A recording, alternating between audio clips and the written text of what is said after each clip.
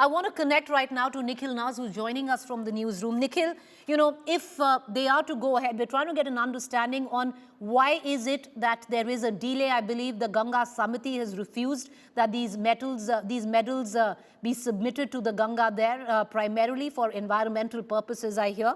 But getting a confirmation on that.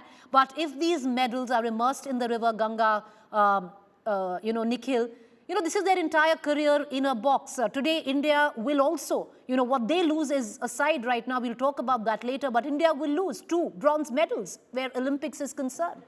Well, that's right, Preeti. I mean, it's when I look at these medals, and I'm going to talk to you as a sport fan, and as someone who's covered sport, for the last 2 decades.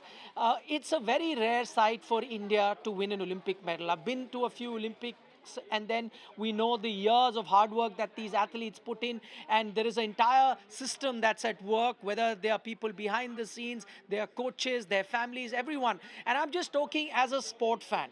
If these medals that we so desire as sports fan, or even as citizens of the country, as I mentioned, because it's a rare occurrence in the history of Indian sport that you end up winning an Olympic medal, if these medals were to be immersed in the river, I think that's going to be an emotional moment for plenty of fans across the country.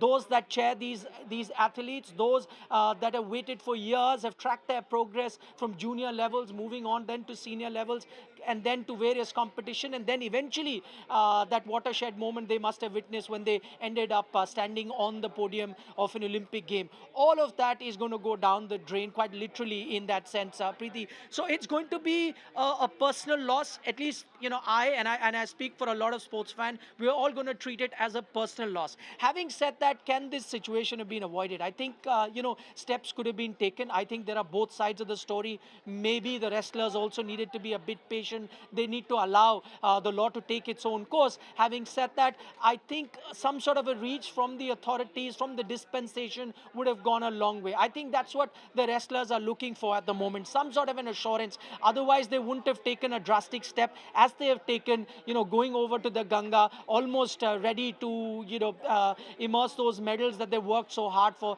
So I think this is a big moment in the history of Indian sport. I'm reminded, when we read or listen to sporting history, I'm reminded of the time Muhammad Ali, threw away his medal, his Olympic medal, in the river. That after, he was fighting against racism in his own country, and that was a moment that completely changed not just American sport but sport in general. Could this be that moment? Could possibly be. But that's, I mean, whatever said and done, whichever side of the story that you look at, and as I've been reiterating, that I think you need to look at both sides of the story.